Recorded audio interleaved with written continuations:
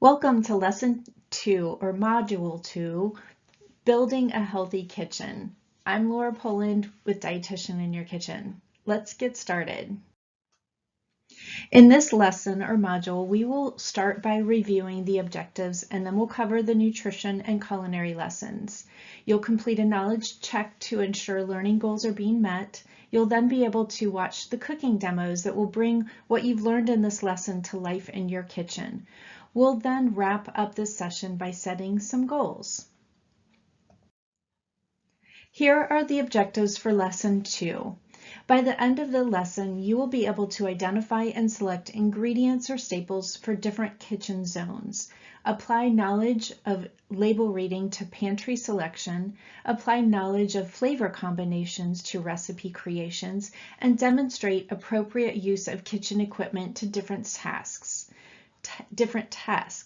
So let's dive in. It is estimated that people make about 2,000 decisions per day about the food that they're eating. There are decisions for each meal, as well as snacks and beverages, and most of these decisions are made unconsciously. What you stock in your kitchen will affect your decisions, and there are many strategies we are going to discuss to help you make the most of those choices.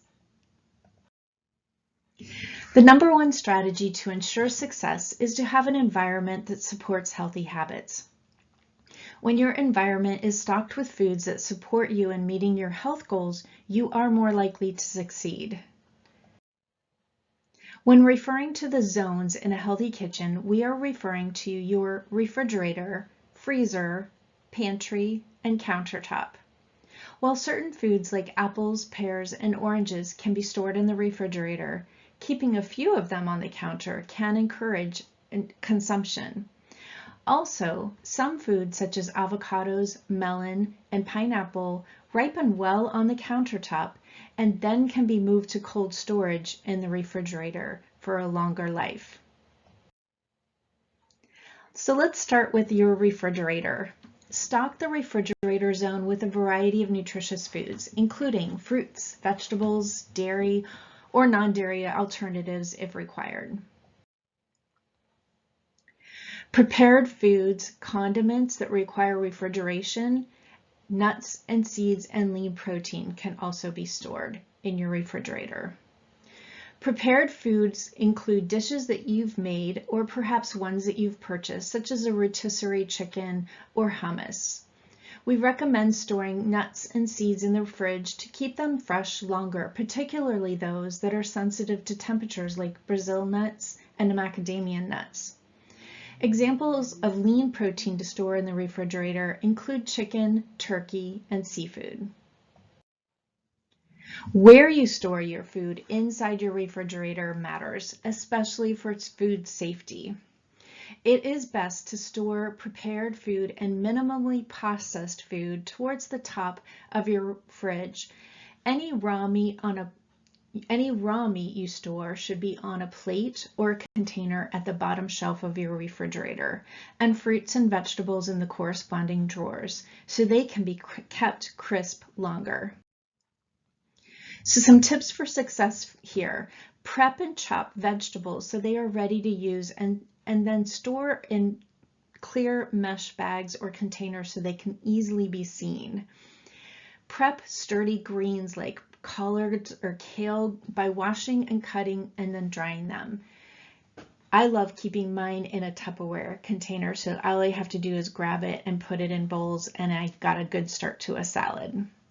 You can also roast a tray of vegetables for the week and store them in your refrigerator so they can easily be added to meals or salad bowls or warmed as a side dish.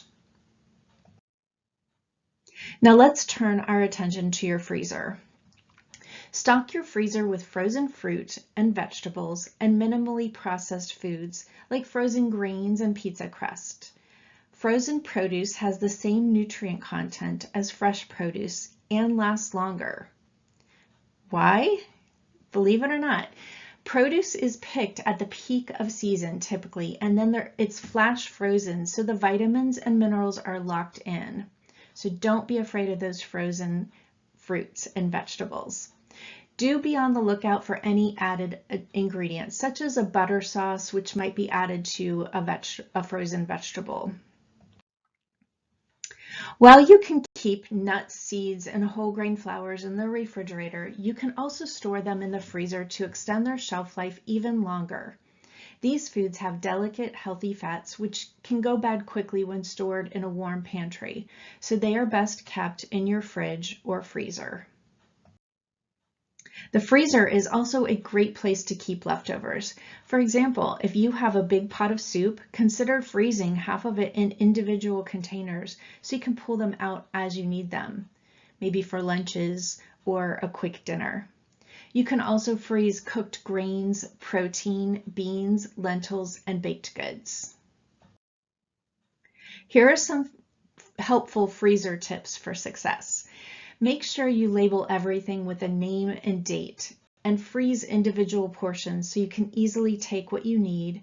Freeze food flat in Ziploc bags to save space in your refrigerator. You can also vacuum seal foods to help them last longer. If you are freezing something that is liquid, make sure to leave a little bit of room at the top of all containers, as it will expand as it freezes.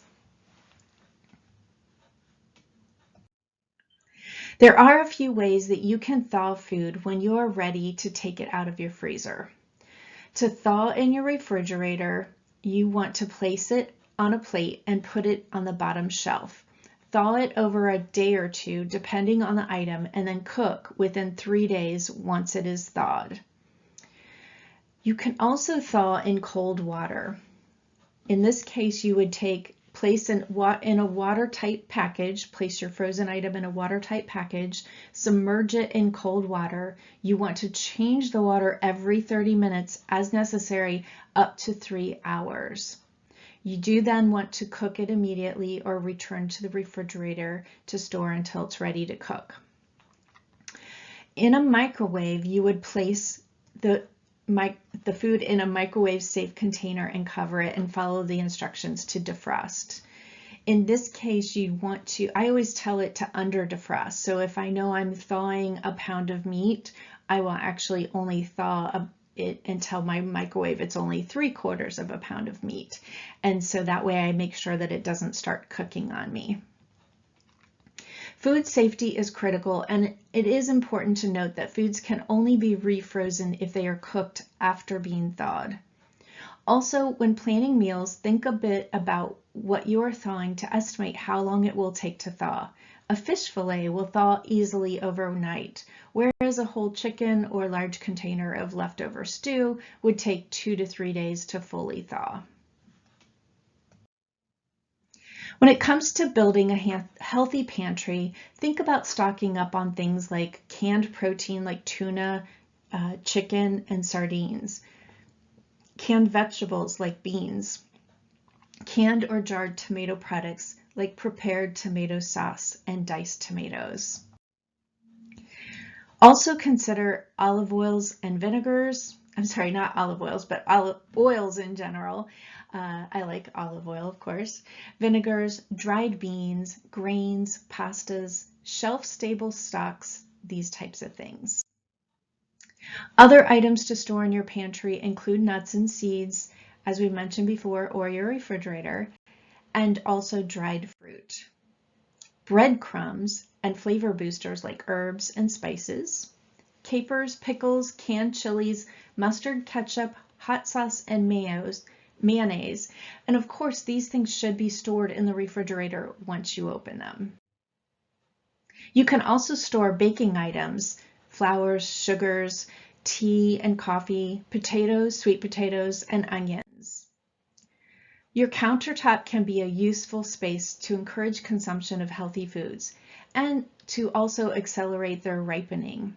You can also store some ingredients on your countertop that are frequently used or are at best kept at room temperatures, like tomatoes and bananas. It can also include vinegars, salt, and pepper. You don't want to store your oil on a countertop, as it will speed up how quickly it goes bad. Shelf-stable foods that are fine to store at room temperature or need time to ripen, like tomatoes and bananas, maybe some oranges, grapefruits, apples, mangoes, avocado, pineapple, and melons. Once you cut into these fruits, however, you should refrigerate them. Here are some tips to know when certain fruits are ready and when you should consider placing them in the refrigerator or using them. For a mango, it should have a slight give to it when you gently squeeze it, and it will have a sweet smell at the stem. For an avocado, the green skin will turn a deep dark green, almost black color, and when gently squeezed, it should have a slight give to it. If the stem is still intact, you should be able to easily pick it out. At this point, I put my avocados in the refrigerator and they will last at least another week. For pineapple, it should be more than yellow and have a sweet smell again at the bottom of the pineapple. And you can tell if this is ready to eat as you can easily pluck one of its leaves out, that top leaves. Let's take a minute now to talk about nutrient density. When selecting foods for your kitchen, it's important to think about nutrition density. Nutrition density is the ratio of nutrients compared to calories. Let's take a look at a couple comparisons. First, we have here fries and a baked potato. French fries have more added calories and as it has been fried in fat, as well as added salt. Therefore, the fries have a lower nutrient density compared to the baked potato. However, as you add calories to an item, it does become less nutrient dense. The nutrients are still there, but you are increasing the number of calories. Added salt, sugar, and fat is not always beneficial. Interesting fact, if you eat the skins with your potatoes, even with the French fries, you will be increasing the nutrient density of the food. Another example is eating apple pie versus eating the apple. Again, this doesn't mean that it's not okay to eat these foods on occasion, but when they make up the majority of everyday meals, we end up getting too many calories and not enough nutrients. Try to see how you can increase the nutrient density of the foods you eat by limiting that added salt, fat, and sugar. When selecting foods for your kitchen, it's helpful to have a combination of whole, processed, and prepared foods to make meals come together more easily. Yes, I even said processed. Whole foods are foods that haven't been altered from their original forms, such as fresh fruit or vegetables. Processed foods are foods that have changed in some way. That can be that it's canned, it's cut up for you, it's frozen, it's packaged or ready to eat. Some can be minimally processed and some can be heavily processed. Minimally processed foods include canned beans, peas, vegetables, packaged foods like crackers, granola, pasta, which are typically made from simple ingredients. Heavily processed foods may have added sugar or salt or saturated fat and may be low in fiber. So think of these as woe foods, eating them every once in a while in your diet. Prepared foods are foods that are baked, cooked, washed, or cut and should be eaten quickly. Some examples of prepared foods are cut fruit, roasted vegetables, bread from a bakery, or cooked protein from a store or a restaurant. I would like to recommend you refer to the handout we have and that'll be under your material and resources, the handout on the details of a nutrition label. The nutrition facts label that must appear on all packaged foods recently was updated, making it easier for people to understand exactly what nutrients are in their food. At the top of the label, you will note the servings per container. Then below that, you will see the serving size. For this product, there are 8 servings per container and a serving of 2.5 cups. Next, the calories are listed for the serving.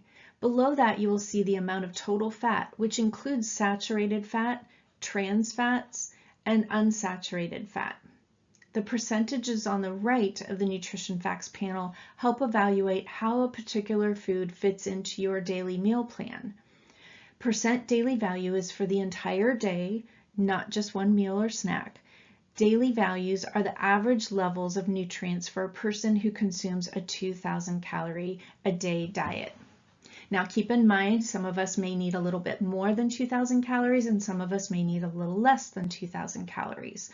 Working with a dietitian can help you learn how many calories you need. After total fat, cholesterol and sodium is listed. People who need to follow a low-salt diet for health reasons should pay extra attention to the sodium content of foods.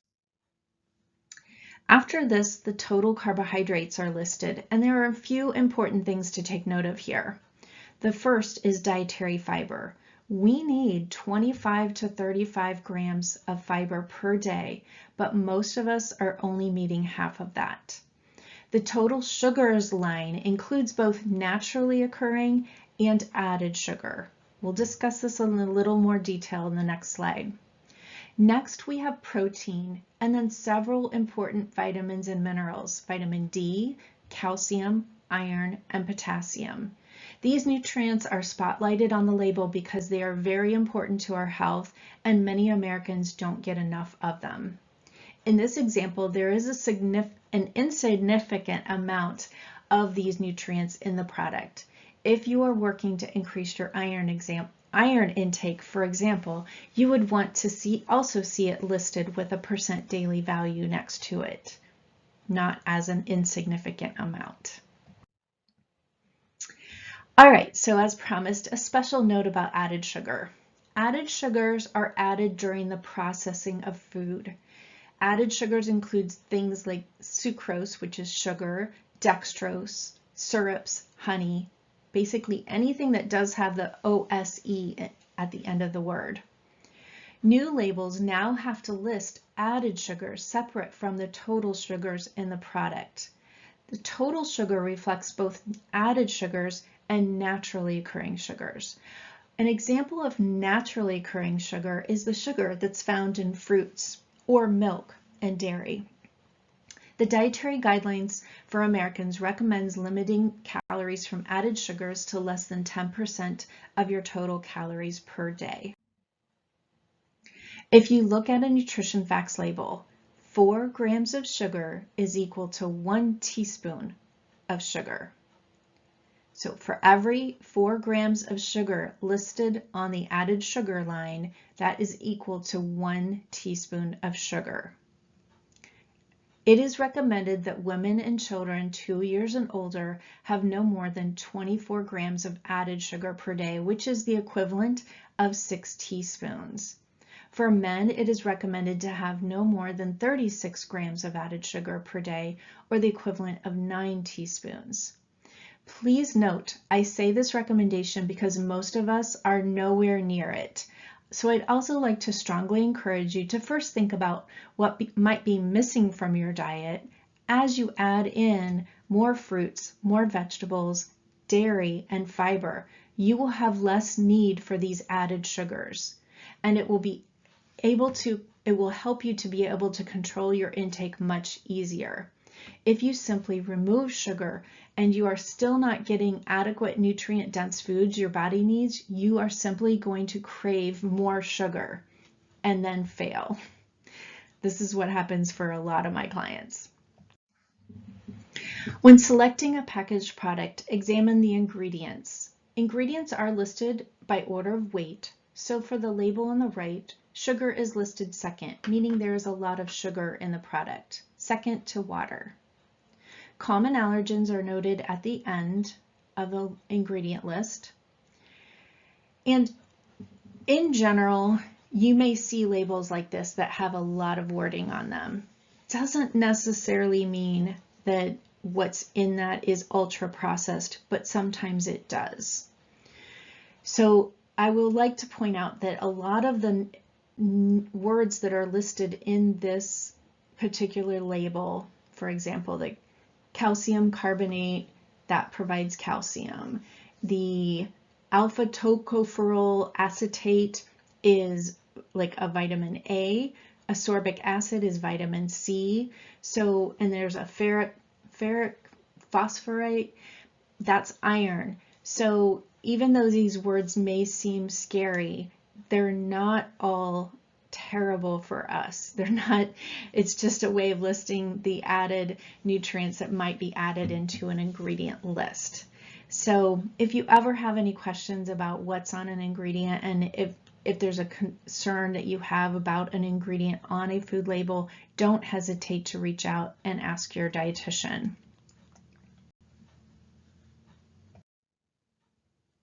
Now let's move on to the culinary lesson. When we prepare meals, it's important to think about balancing taste. Sweet, salty, sour, bitter, and umami are 5 elements that we can taste, and when we eat and build our overall perception of flavor in a food. Sweetness comes from foods such as fruits, root vegetables, caramelized onions, and of course added sugar. Saltiness comes from foods such as salt, miso paste, soy sauce, tamari. Cured meats, fermented foods can also give that salty flavor to you as well. Sourness comes from foods such as citrus, tart cherries, vinegar, pickled foods, and fermented foods. Bitterness comes from foods such as escarole and other bitter greens, radicchio, bitter melon, citrus peel, unsweetened cocoa, teas, and coffee. Umami is that sense of savoriness, and it comes from foods such as mushrooms, roasted vegetables like asparagus, parmesan, blue cheese, other aged cheeses, natural yeast, and cooked meat. When baking a dish, think about these 4 essential elements that impact flavor: salt, acid, fat, and texture. We start with salt. Salt is unique in that it chemically enhances the flavors of a dish. It does this by acting on the tongue to make things taste better. It can make savory foods taste more savory. Sweet things taste sweeter. It can also depress bitterness. So when trying to control salt in the diet, consider not using it at the table, but do consider including some in the cooking process for this reason. Just a half a teaspoon per recipe can make all of the difference. I remember once purchasing peanut butter that did not have any salt added, and it just didn't taste right.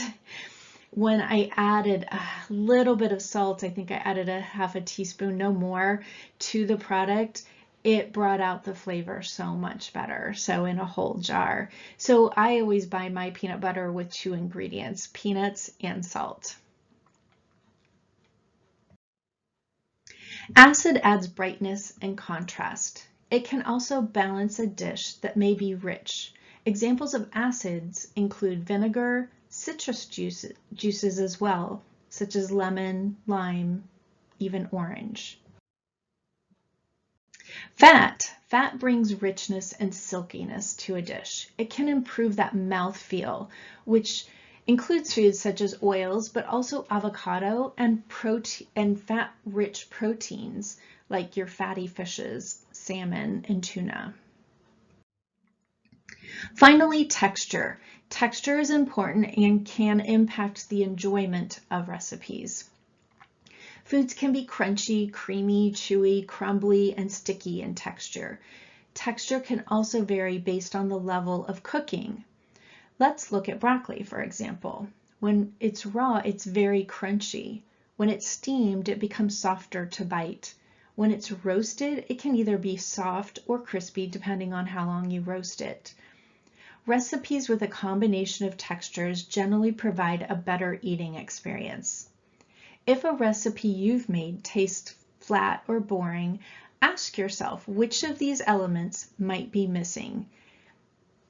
Adding that element can completely transform and improve that dish.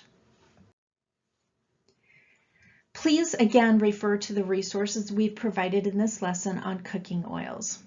We recommend the following basic oils for your kitchen: olive oil, avocado oil, neutral oils like canola oil, and coconut oil or butter. Each has different uses because of its flavor profile and fatty acid profile. Smoke point refers to the temperature limit for which oil can be used and as a general guide for which oils are best for heating. Olive oil and avocado oil are ideal for cooking. However, others can be used as well. Your handout will go into more detail here. Olive oil can have a fruity flavor with a slightly peppery finish. It is best for sautéing or roasting vegetables or in salad dressings and dips. Budget tip here, I buy extra virgin olive oil for my salad dressings and things that don't require cooking, but when I'm roasting or cooking or baking, there's no need to spend extra money on extra virgin olive oil, as you're not going to miss the taste here. Avocado oil. This is a little bit of a fad, but I thought I'd include it anyway. Avocado oil can handle medium-high heat and has a slight avocado taste to it. Neutral oils like canola oil can also handle medium-high heat, and because of its delicate flavor, is great for roasting, grilling, and baking when you don't want an added flavor dimension to your food. It's also terrific in any recipe when you don't want that strong flavor of the olive oil. Butter and coconut oil.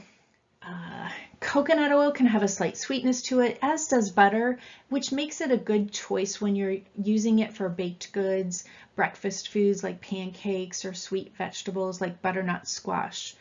It is much higher, however, in saturated fat than the other oils previously mentioned, so it should only be used on occasion.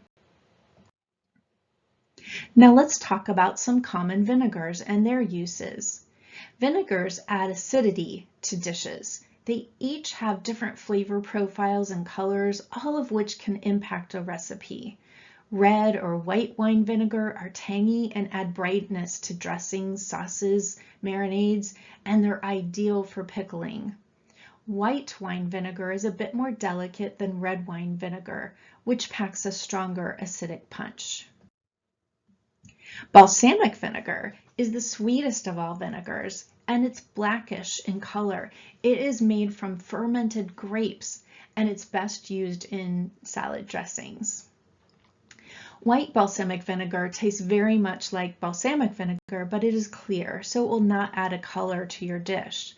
It is also slightly sweeter and less acidic than your regular balsamic vinegar. Apple cider vinegar. This has a slight sweetness to it as well and can be used in dressings, green, and vegetable dishes. Champagne vinegar is tart and slightly sweet and lighter than most of the other vinegars. It's great also in dressings as well as protein dishes. Sherry vinegar is a Spanish vinegar. It's made from sherry wine. It's complex, slightly nutty, and light brown in color. It's best used in salads, but also with vegetables, proteins, beans, and green dishes. Rice vinegar is slightly sweet and less acidic than other vinegars, and it's quite delicate. It can be used with a variety of dishes, especially stir fries, noodles, and vegetable-based dishes. Note that some rice wine vinegar out there can have added sugar or added salt, so do be aware. Umeboshi vinegar is a Japanese vinegar, and I apologize if I said that wrong. It's a Japanese vinegar made from the liquid of pickled umeboshi plums. It is sour, salty, and fruity. It is used in Japanese cooking, tossed with vegetables, sprinkled over rice, and sautéed greens. Sounds delicious, but I've never heard of it before. Often herbs and spices or aromatics such as garlic are used to flavor oils. You can purchase flavored oil, but you can also make it yourself, and we'll be showing you how to do that. Nut and seed oils are very delicate and should be used toward the very end of cooking a dish. They should be used to finish a dish after it has been cooked or used in a dressing. This is the best way to preserve the flavor. Examples here include walnut oil, flaxseed oil, and toasted sesame oil. Citrus, herb, or garlic oils are infused with those ingredients. All of these oils are best kept in the refrigerator or at least in a pantry away from heat and light. There are also more unusual vinegars like fig balsamic vinegar, lemon vinegar that bring both fruity flavor and acidity to a dish. Now let's take a quick look at how you can make your own flavored oils.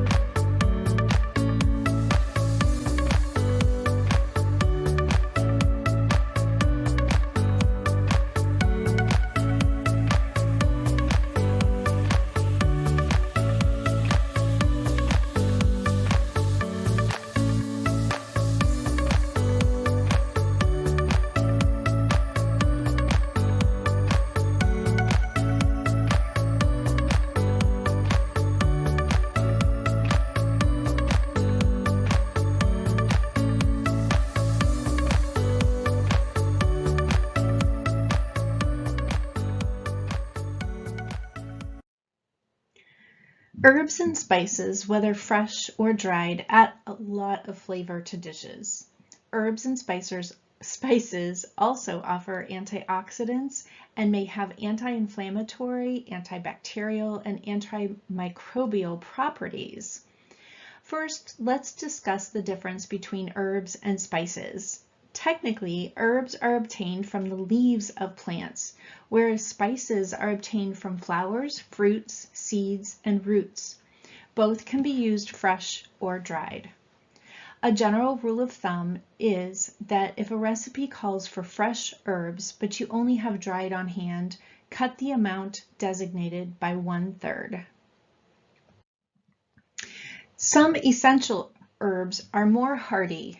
These include rosemary, thyme, oregano, marjoram, sage, and savory. They are considered hardy because they stand up to heat and can be added earlier in the cooking process.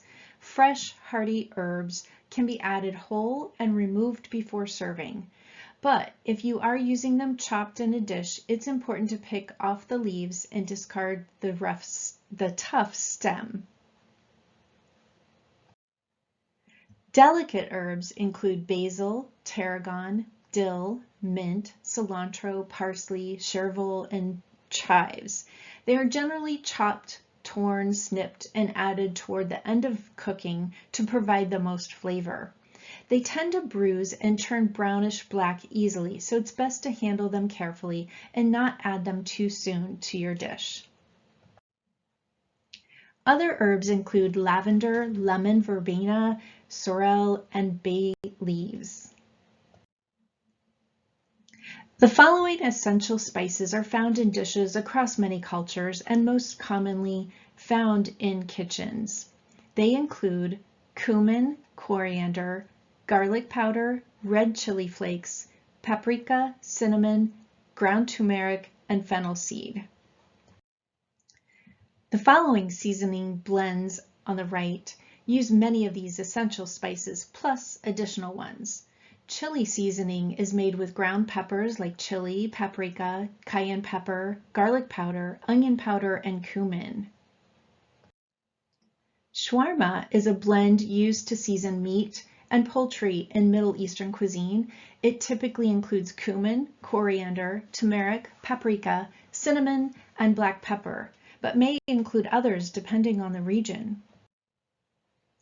This is also the case with za'atar, another Middle Eastern spice. It typically includes oregano, thyme, sumac, and sesame, but there are many varieties depending on where the blend is made. Some places will use an herb called hyssop in place of oregano and thyme. Garam masala is a spice blend from India. It typically includes cinnamon, cardamom, coriander, cumin, peppercorns, nutmeg, mace, and cloves. But there is a variety not only from region to region, but even from home to home in the same location. Lastly, barbecue seasoning can be found across America. It is usually made with brown sugar, paprika, garlic powder, chili powder, onion powder, cayenne, salt, and black pepper. We also have a great barbecue seasoning that we'll be sharing with you. All of these seasonings can be made ahead of time and stored in covered containers in your pantry. They are super useful for mealtime prep and flavoring dishes quickly. Every pantry should stock a variety of flours. There are many different types and uses of flours. We have all-purpose flour, whole grain flours like spelt, whole wheat, and rye, legume flours, nut flours even these days. Other flours like tapioca, rice, and cassava flour can be necessary for the home that requires to be gluten-free. The gluten content of flour actually determines how strong a particular flour is. Gluten is a protein found in common flours. When mixed with water, the gluten protein is activated and gives the dough that elasticity and strength. As doughs are handled, the gluten protein develops even more, which is why we need dough for bread, but not for cakes. We like bread chewy, but for cakes we mix lightly for a lightly crumbly texture. Durum flour is strong and great for pasta making. Whole wheat is heavier and will decrease the volume of a recipe. We will cover flours in more detail in the baking lesson, but for now we would just like you to appreciate that there are a variety of flours to store in your pantry and each has different uses. Sugars are necessary in some recipes. They can feed the yeast in breads, and you can't make a cookie without it. It's okay to stock a variety of sugars in your pantry. A variety of sugars in your pantry. Some examples include honey, maple syrup, agave, and sugar or sucrose, both white and brown. Anything that has an OSE at the end of the word is a clue that it is an added sugar. There is no benefit from one added sugar to the next. A slight edge given to honey and maple syrup because they do contain vitamins and minerals, but overall it's the flavor that's important culinarily speaking. As a reminder, you also have natural sweeteners. These also come from plant and animal sources. The examples here include fruits and milks. You will find some recipes may call for fruit to sweeten the recipe. Natural sugars do contain added vitamins, minerals, and phytochemicals, etc. This can increase the nutrient density. But these swaps aren't necessary all the time either. Sometimes it's satisfying to have a cookie as it was meant to be when you were craving a cookie made with sugar.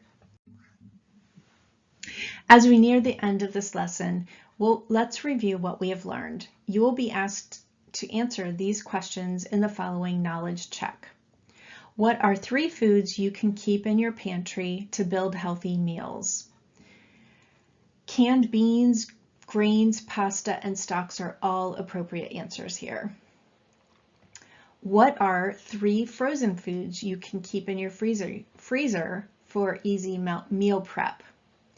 Berries and other fruits, vegetables, greens, pizza crust are all appropriate answers here. How many grams of sugar are in 1 teaspoon? If you recall, 4 grams of sugar are in 1 teaspoon. What are the essential elements to flavor to consider when making a recipe? Those would be salt, acid, fat, and texture. And finally, what are 2 examples of acids that can be used to add tartness to recipes? Answers here would be vinegar and citrus juice. Once you've completed your knowledge check, take a look at all of the resources available to you to bring all of the information together. These resources will support you in bringing to life what you've learned in this lesson and in your own kitchen. Resources include the cooking videos, the handouts, recipes, and as well our healthy community chat. Don't forget to post something fun that you learned this week and maybe something that you struggle with regard to this week, or maybe a new recipe you want to try. Once you've completed your knowledge check and reviewed all of the resources, it's time to set some SMART goals. SMART goals are specific, measurable, attainable, relevant, and time-bound. An example of a SMART goal for this lesson might be, I'm going to cook a new whole grain this week.